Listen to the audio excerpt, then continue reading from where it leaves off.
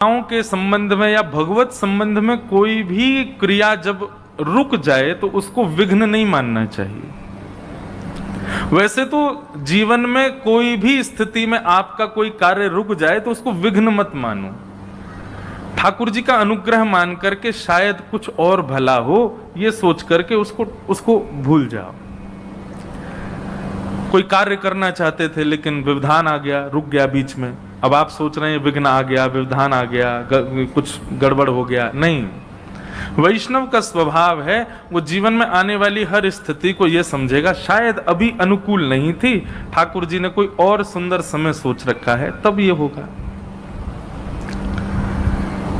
सदा याद रखिए, वैष्णव के जीवन में कभी विघ्न नाम का शब्द होता ही नहीं है। उसकी डिक्शनरी में विघ्न शब्द नहीं होता। विघ्न होना और क्या बोलते हैं, अपसगुन होना, यह संसार जिन जिन चीजों पे बहुत भरोसा रखता है, ऊपर के चक्कर होना आदि आदि भाव हैं।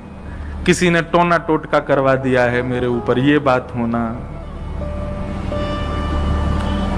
ये सब वैष्णव इन सब चीजों से परे होता है। उसके चित्त में ये भाव कभी उत्पन्न नहीं होते। वो तो सदा इस भाव में रहता है, कृष्ण प्राप्ति करम सस्वत, और दूसरा कृष्ण ग्रह ग्रहीत आत्मा। जैसे दुनिया के लोगों पर किसी पर शनि की 7.5 रह रही है, किसी की राहु की दशा चल रही है। आप सबको आवाज आ रही है हमारी?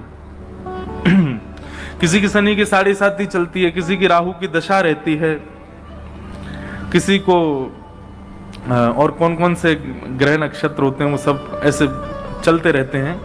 पर वैष्णव के तो संपूर्ण जीवन में एक ही ग्रह रहता है। प्रहलाद जी महाराज कहते हैं श्रीमद् भागवत में, कृष्ण ग्रह ग्रहीत आत्मा नवेद जगदीश्वर। बोले संसार के लोगों को दुनिया भर के ग्रह सताते हैं, पर वैष्णव के जीवन में एक ही ग्रह रहता है। और ये एक ग्रह इतना विशाल है कि ये जब आता है तो बाकी के ग्रह नहीं आ पाते, और वो ग्रह है कृष्ण ग्रह। कृष्ण ग्रह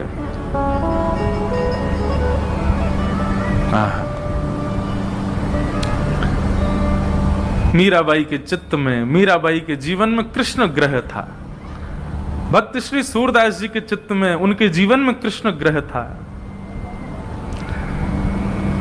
ये सब वो वैष्णव हुए जो कृष्ण ग्रह में अपना संपूर्ण जीवन व्यतीत किए, और जिसके जीवन में कृष्ण ग्रह, उसके जीवन में अन्य ग्रह फिर नहीं आते हैं। वास्तव में ये बात सत्य है, नृत्य तभी होना चाहिए जब आपके वश में आपका शरीर ना हो। सोच बूझ करके अगर आप नृत्य कर रहे हो तो वो फिर नृत्य कहीं ना कहीं आडंबर मान लिया जाएगा।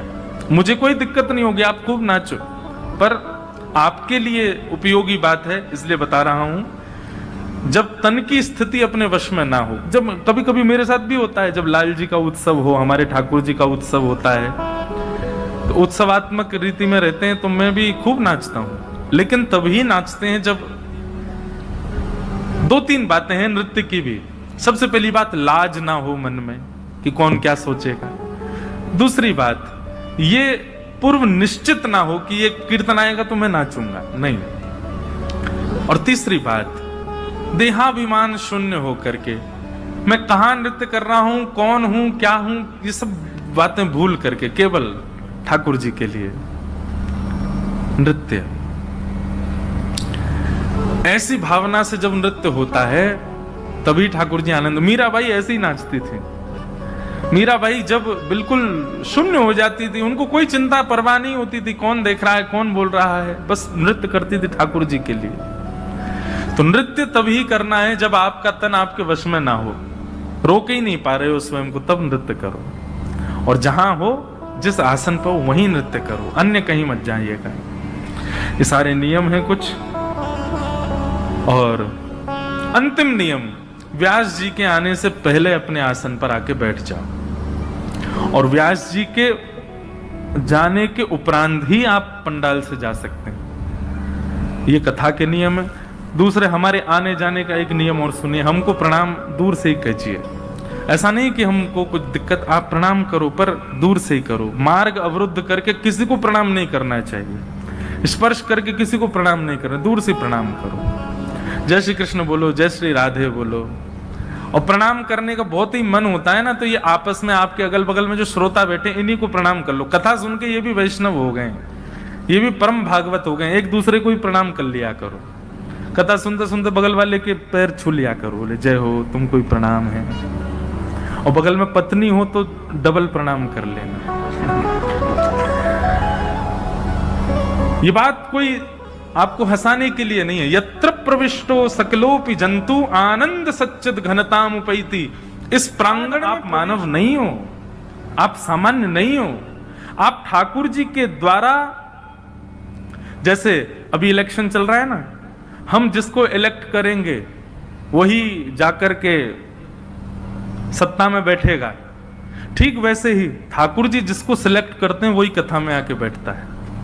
और ठाकुर जी किसी सामान्य को सिलेक्ट नहीं करते। आप सब भी सिलेक्टेड हो, इलेक्टेड हो।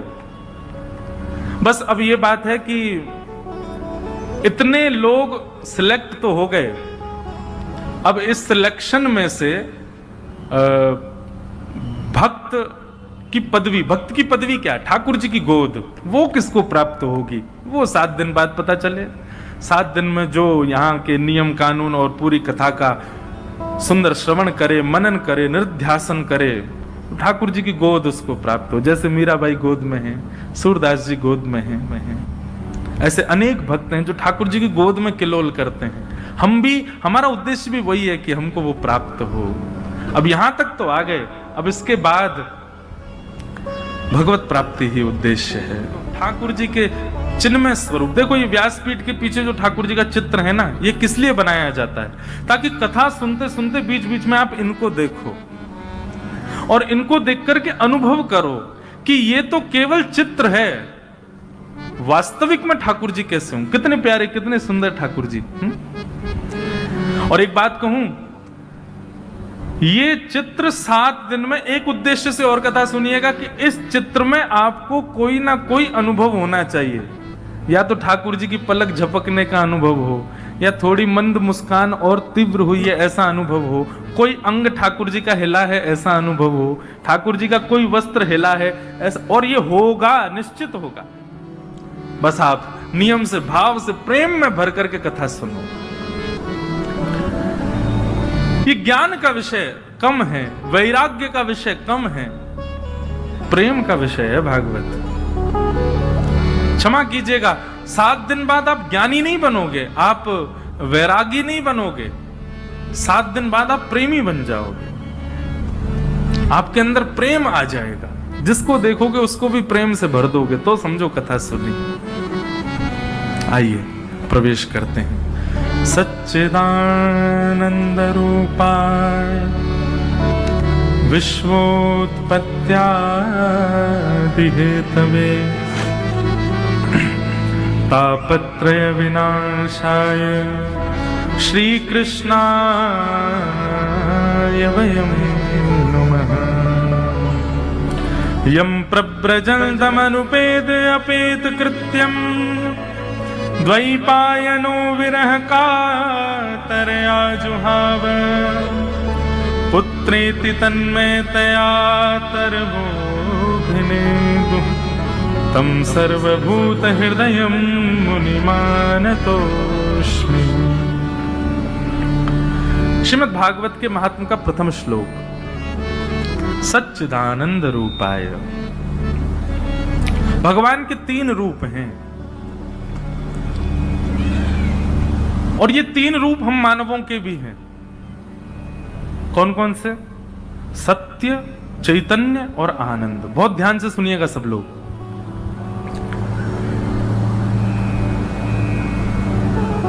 रूप और स्वरूप, ये मैं अधिकतर कथाओं में बताता हूं, 2 बात होते हैं। रूप और स्वरूप में केवल इतना समझ लीजिए कि किसी अन्य को आकर्षित करने के लिए, किसी अन्य को दिखाने के लिए जो आप धारण करते हो वो स्वरूप है, और अपनों के लिए जो आपका रहता है वो रूप है। घर में आप कैसे भी रहते हो, पत्नी के सामने, बच्चों के सामने, माता पिता के, वो आपका रूप है। लेकिन जैसे कोई कहे चलो भाई कहीं बाहर जाना है, तो फिर आप स्वरूप धारण करते हो, फिर आप केश भी काटते हो, वस्त्र भी सदे हुए पहनते हो, थोड़ा मुख भी ठीक करते हो, तब जाते हो। वो स्वरूप है। ऐसे रूप और स्वरूप ये दो हम सबके होते हैं। बाह्य लोगों के लिए जो धारण है वो स्वरूप, अपनों के लिए जो है वो रूप। स्वरूप ठाकुर जी के अनंत हैं, बहुत सारे हैं। मतलब कहीं पर ठाकुर जी त्रिभंग लली हैं, कहीं पर गिरधर स्वरूप में हैं, कहीं पर ठाकुर जी लड्डू गोपाल हैं, कहीं पर पौड़े नाथ हैं, कहीं पर किसी रूप में, स्वरूप में, कहीं किसी स्वरूप। अनेक हैं ठाकुर जी के, सबके लिए अनेक रूप हैं। अनेक रूप रूपाय विष्णवे प्रभ विष्णवे। लेकिन स्वरूप ठाकुर जी का जो अंतरंग रूप, अंतरंग स्वरूप है, रूप है, वो तीन ही है, सत्य, चैतन्य और आनंद। सबसे पहला सत्य, ठाकुर जी सत्य है, वो त्रिकाला बाधित सत्य है। सत्य जिनके सामने कभी असत्य आप कह ही नहीं सकते, वो सत्य स्वरूप ठाकुर जी हैं। उनकी सत्ता कभी विलग नहीं होती। जब सृष्टि थी तब भी वो हैं, जब सृष्टि नहीं होगी तब भी वो रहेंगे, और जब नहीं थी तब भी वो थे, हैं और रहेंगे। ये तीन संबोधन जिनके लिए हैं वो सत्य है। था, है और रहेगा, उसी को सत्य कहते हैं।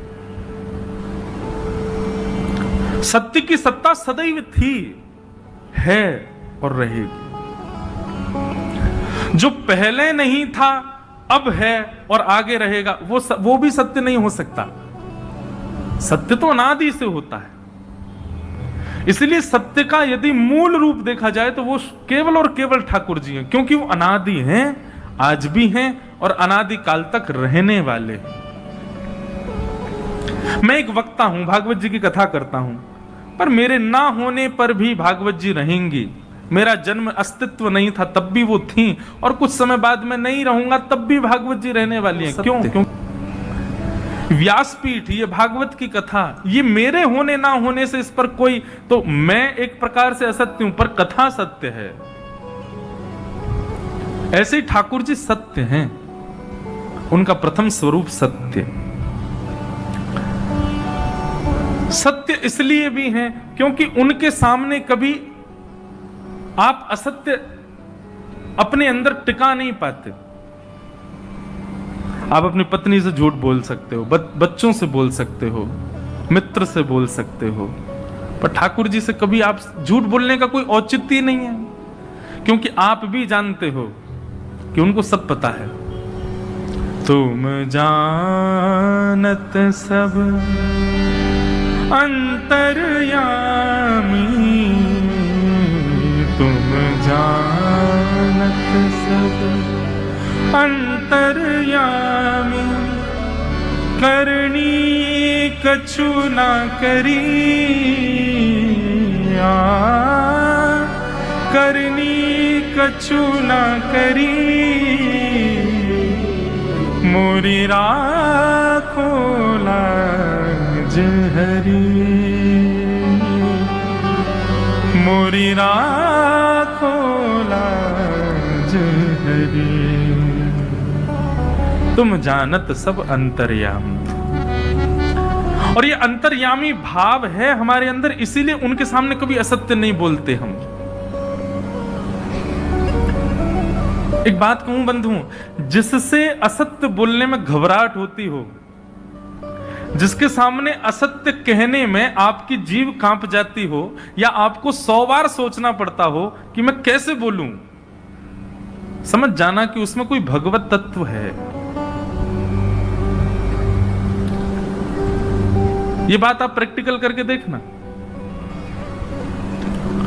आप सबसे झूठ बोल लेते हो। अच्छा, झूठ संसार में सब बोलते हैं, ऐसा कोई नहीं जो झूठ नहीं बोलता। आप स्वयं से ही झूठ बोलते हो कि ये संसार सत्य है, मैं सत्य हूं। यह भी एक झूठ है। लेकिन एक बात मेरी सदैव याद रखना, जिसके सामने आपको असत्य बोलने में थोड़े चिंतन करना पड़ता हो, सोचना पड़ता हो, पसीने आ जाते हो, विचार करना पड़ता हो, कैसे बोलूं, कैसे कह सकता हूं, क्या कह सकता हूं, इसमें दोनों बातें हैं। या तो उसके अंदर भगवत तत्व है या फिर आपके अंदर भगवत तत्व है। पर आपके अंदर भगवत तत्व होगा तो आप किसी के भी सामने असत्य बोलने में संकोच करोगे,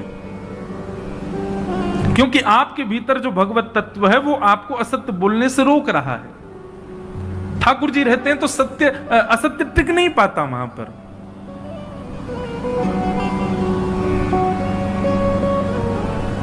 भगवान सत्य हैं, इसलिए प्रथम स्वरूप ठाकुर जी का क्या है? रूप सत्य। दूसरा रूप क्या है? अच्छा, एक और बात, कोई जगन्नाथ जी की उपासना करता है, कोई लड्डू गोपाल की सेवा करता है, कोई त्रिभंग ललित ठाकुर जी की सेवा करता है, मैं गिरधर लाल जी की सेवा करता हूं। पर इन सेवा प्रणालियों में यदि कोई सत्य की सेवा करता है तो वह भी एक प्रकार का अर्चक है, वो सत्य स्वरूप की सेवा करता है। वो संकल्पित है कि ज्यादा से ज्यादा मैं सत्य कहूं, तो वह भी एक प्रकार का अर्चक माना जाएगा और उसको भी उतना ही फल मिलेगा जितना मुझे आपको सेवा करके मिलता है। जितना मुझे और आपको गिरिराज जी की परिक्रमा करके, बद्रीनाथ जाकर के, जगन्नाथपुरी जाकर के जो फल मुझे और आपको मिल रहा है, वह एक सत्य संभाषण करने वाले को भी मिल रहा है, क्योंकि वो सत्य स्वरूप का उपासक है। तो प्रथम स्वरूप ठाकुर जी का सत्य।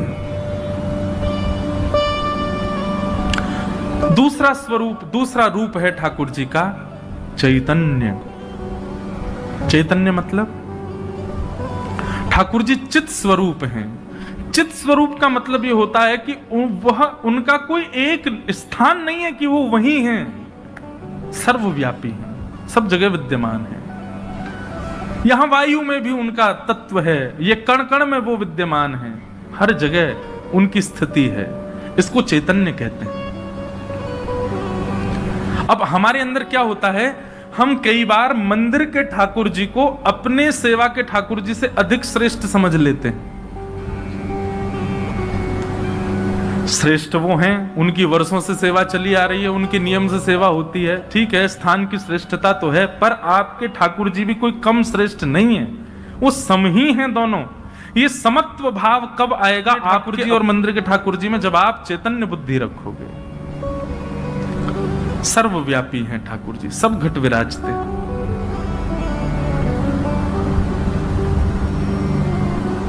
सब जगह उनकी सत्ता है।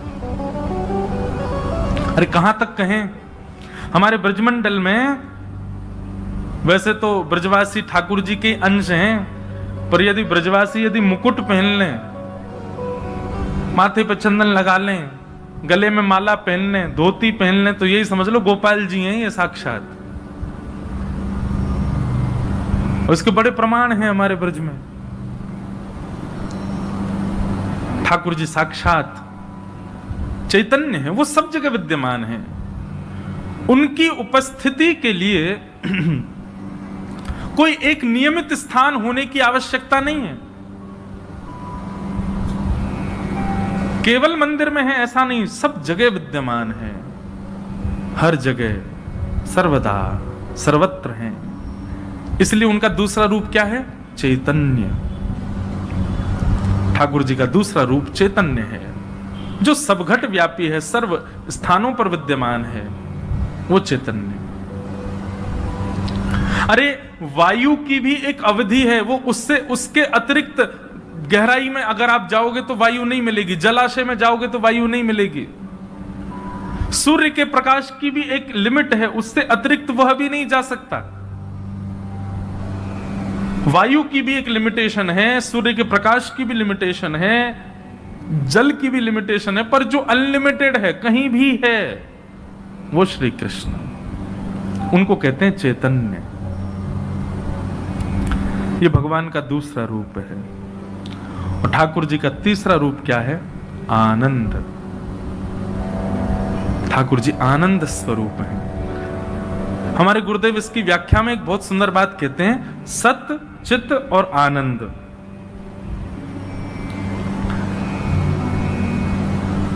उस सत परमात्मा को जब तुम पूर्ण चैतन्य मान लोगे, बहुत ध्यान से सुनिएगा, उस सत परमात्मा को जब तुम चैतन्य मान लोगे, चैतन्य मतलब वो जड़ नहीं है, वो कोई धातु नहीं है, वो कोई पत्थर नहीं है, वो साक्षात चैतन्य है। उस सत परमात्मा को जिस दिन तुम चैतन्य मान लोगे, उस दिन तुम्हारे जीवन में आनंद आ जाएगा। तो सच्चिदानंद।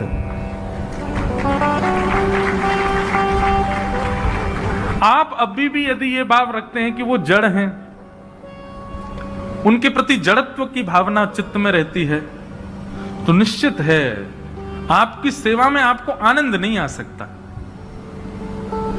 आप कथा सुनते समय वक्ता के मुख से निकलने वाले शब्दों को केवल शब्द मानते हैं, तो ये जड़ वस्तु है, जड़ भाव है। पर वो शब्द ना होकर के साक्षात ठाकुर जी ही शब्द रूप में हमारे कानों में आ रहे हैं, ऐसी भावना रखते हैं, तो ये कथा के प्रति चैतन्य भाव है। इसलिए कथा में कहने वाले शब्द, वक्ता को मत मानो, वक्ता के शब्दों को ठाकुर जी के स्वरूप मानो। ठाकुर जी का स्वरूप मान करके श्रवण करो तो कथा भी आनंद प्रदान करेगी। ये सत्य कथा है, लेकिन इस सत्य कथा में शब्द नहीं है, चैतन्य ठाकुर जी हैं, तो ये भी आनंद देंगे। सच्चिदानंद भगवान के 3 रूप हैं। सच्चिदानंद रूपाय विश्वोत्पत्त्यादि हेतवे तापत्रय विनाशाय श्री कृष्णाय वयं नुमः। विश्वोत्पत्त्यादि हेतवे, जो विश्व की उत्पत्ति करते हैं, पालन करते हैं, संहार करते हैं। तापत्रय विनाशाय, 3 प्रकार के तापों का जो उपशमन करते हैं। ठाकुर जी की सन्निधि में रहने वाले व्यक्ति का बंधुओं एक लक्षण सुनिए, वो सदा प्रसन्न रहता है, वो सदा आनंद में रहता है। आप दिखाते तो ऐसा है कि 4 घंटे आप सेवा करते हो, आप दिखाते तो ऐसा है कि आप 2 घंटे कथा सुनते हो, आप दिखाते तो ऐसा है कि आप पूर्ण वैष्णव वेश में रहते हो, लेकिन चिंता आपके जीवन में आती है, विचलनता आपके जीवन में आती है, विचलित आप हो जाते हो, तो निश्चित ही रूप से आप जो कर रहे हो वो कहीं ना कहीं उसमें अपूर्णता है, इसीलिए आप विचलित होते हो, इसीलिए आप चिंतित होते हो। वैष्णव कभी चिंतित विचलित नहीं होता, वो परम प्रसन्न रहता है, परम आनंद में रहता है, परम सुख में रहता है, वो प्रसन्न अवस्था में रहता है। अभी महाराष्ट्र में कथा थी, तो वहां एक भक्त की कथा में सुना रहा था, एक गोरोबा काका, पंडरीनाथ भगवान के परम भक्त हुए श्री गोरोबा काका। उनकी स्थिति भजन की कैसी, वो मटका बनाते थे और मटका की जो मिट्टी होती थी उसको पैरों से गूंदते थे। एक दिन पत्नी कहीं चली गई कुछ जलादी लेने, छोटा सा 6-7 महीने का बालक गुटमुन चलता था उनका। गोरोबा काका का नियम था कि जब वो मिट्टी गूंदते थे पैर से, तो चप चप चप जब आवाज आती थी पैरों से, तो उसी ताल में विठल विठल विठल विठल कीर्तन करते थे। तो एक दिन ऐसे ही गोरोबा काका अपने पैरों से मिट्टी गूंद रहे थे और विठल विठल कह रहे थे। अब वो पैरों से निकलने वाले वो कीच जो है मिट्टी की, उसकी ओर आकर्षित हो गया वो छोटा सा बालक, और वो भी घुटमुन चल करके उनके समीप पहुंच गया। गोरोबा काका तो देहाभिमान से शून्य, नेत्र बंद हैं, दोनों भुजाएं उठी हुई हैं, कीर्तन कर रहे थे। वो बालक समीप आता आता आता थोड़ा समीप आया होगा कि गोरोबा काका का पैर उस पर पड़ गया, और उनको यह भी भान नहीं रहा कि एक बालक मेरे पैर के नीचे आ गया, उनका खुद का बालक। कीर्तन नहीं छोड़ा, करते रहे, बालक की मृत्यु हो गई। पत्नी लौट करके आई, और पत्नी ने आकर के जैसे ही देखा तो मिट्टी में सना हुआ बालक दलदल में पड़ा था, मृतक, और गोरोबा काका उसके ऊपर ही चढ़ करके कीर्तन कर रहे थे। कभी कभी कई भक्तों के चरित्र सुनकर के लगता है कि हम लोग कथा सुन लें, इसी में ही हम लोग बहुत हैं, बस ये जीवन में अगर हमारे घट गई ना घटना, ऐसी घटना तो कभी नहीं घटे, पर हम वैष्णव परिपूर्ण रूप से हो गए तो क्या हम स्वीकार कर पाएंगे हमारे साथ होने वाली स्थितियों को? गोरोबा काका कीर्तन करते करते इतना भी भान नहीं रहा, बालक के ऊपर चढ़ गए, मृत्यु हो गई। पत्नी ने आकर के धक्का दिया और धक्का देकर के बोली, क्या कर रहे हो तुम, बालक के ऊपर चढ़ गए। तो चरित्र प्रसंग ऐसा आता है कि गोरोबा काका को इस बात से पीड़ा नहीं हुई कि बालक के ऊपर चढ़ गया, उनको इस बात से पीड़ा हुई कि वो कीर्तन कर रहे थे तो उनको साक्षात पंडरीनाथ भगवान दिख रहे थे सामने, और बस पंडरीनाथ भगवान उनको अंग में आलिंगन करने के लिए समीप आ ही रहे थे, तभी पत्नी ने आके धक्का दे दिया, मतलब आलिंगन से रह गए, वो इस बात से विचलित हो गए। अब गलती तो हो गई, पत्नी बड़ी नाराज, पत्नी ने तो मन बना लिया अब आपके साथ तो कभी नहीं रहूंगे। गोरोबा काका ने भी कहा कि ठीक है, मेरे विट्ठल के मिलन में जो बाधा बने मैं भी उसका कभी स्पर्श नहीं करूंगा।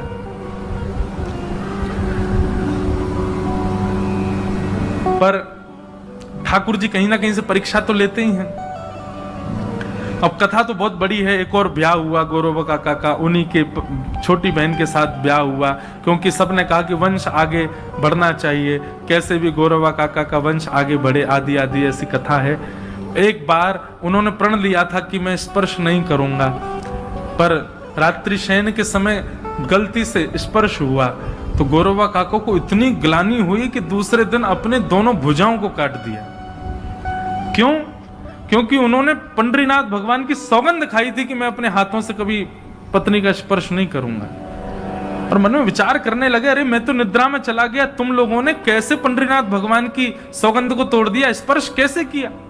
दोनों भुजाएं कटवा दी।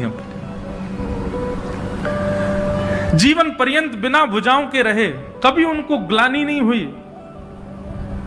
लेकिन एक दिन तुकाराम जी महाराज का कीर्तन चल रहा था और उस कीर्तन में सब ताली बजा बजा करके नाच रहे थे, गोरोबा काका बिना भुजाओं के बैठे थे। अब अपने हाथों को हिलाएं लेकिन ताली तो बजे नहीं, हाथ तो है नहीं। तब उनको जीवन में पहली बार ग्लानि हुई कि मैंने अपने हाथ क्यों काटे। यदि आज कीर्तन में मेरे हाथ होते तो मैं भी नाचता, मैं भी करताल बजाता। अब थोड़े थोड़े हाथ थे तो उन्हीं को ही अपने समीप लाने लगे, और वो आ नहीं रहे थे, तो जितना प्रयास करते समीप लाने का, रोते कि हे नाथ मेरे हाथ होते तो मैं भी करताल बजाता। रोते रोते जब दोनों भुजाओं को समीप करने लगे, पंडरीनाथ भगवान को इतनी दया आई कि गोरोबा काका के पुनः हाथ प्रकट हो गए और वो करताल बजा करके कीर्तन करने लगे। फिर उनको संतान की प्राप्ति भी हुई। तो ठाकुर जी भैया परीक्षा लेने पे कभी आ जाएं। लोग बाग सामान्य से जीवन में होने वाली घटनाओं पर, बच्चा बीमार हो जाए तो आके कहते महाराज जी भगवान हमारी बड़ी परीक्षा लेते हैं, क्यों? हमारा बेटा बीमार रहता है, ये परीक्षा है ठाकुर जी की। परीक्षाएं देखनी है तो देखो भक्तों के चरित्र में कैसी कैसी परीक्षाएं ठाकुर जी कहां तक, किस स्थिति, कितने लेवल, कितने खतरनाक लेवल के टीचर हैं ठाकुर जी। इतना भयंकर प्रश्न देते हैं, सॉल्व नहीं कर पाओगे। परीक्षाएं ठाकुर जी हमारी तो ले ही नहीं रहे। एक प्रकार से ये कह दें तो कलयुग में तो ऐसी परीक्षा है कि परीक्षा के साथ साथ ठाकुर जी ने आंसर शीट और दे रखी है, पीछे से टीप टीप के करते जाओ। अभी तो परीक्षाएं होती ही नहीं है। ठाकुर जी तो बड़े भयानक परीक्षा लेते हैं जब लेने पर आते हैं, पर उस परीक्षा में भी जो विचलित ना हो। देखिए सबसे बड़ी बात क्या है, भक्त होना बड़ी बात नहीं है, भक्ति आपके चित्त में सदा बनी रहे, चाहे स्थिति कैसी भी हो, ये बड़ी बात है। ब्याह होना बड़ी बात नहीं है, संबंध बना रहे, ये बड़ी बात है। ज्ञानी होना बड़ी बात नहीं है, पर ज्ञान सदा बना रहे, ये बड़ी बात है। तो ऐसे ही भक्त बन जाना, कथा सुन लेना, ये बड़ी बात नहीं है। वो भक्ति सदा कांस्टेंट आपके चित्त में वैसी की वैसी बनी रहे जैसी है। अहै तुक्य प्रतिहता ये आत्मा संप्रसिद्ध, श्रीमद् भागवत में कहते हैं। वो भक्ति यथावत रहे, ये बड़ी बात है। किसी भी स्थिति से आप विचलित ना हो। तो तापत्रय विनाशाय, 3 प्रकार के तापों का विनाश करने वाले ऐसे श्री कृष्ण को हम बारंबार प्रणाम करते हैं। तो ठाकुर जी जीवन में आते हैं तो ऐसा नहीं संकट चले जाते, संकट तो रहते हैं पर उनका अनुभव नहीं होता। ठाकुर जी उनके अनुभव से अनुभव नहीं होता, ठाकुर जी उनके अनुभव से हमको बचा लेते हैं। ऐसे श्री कृष्ण को हम बारंबार प्रणाम करते हैं, नमन करते हैं।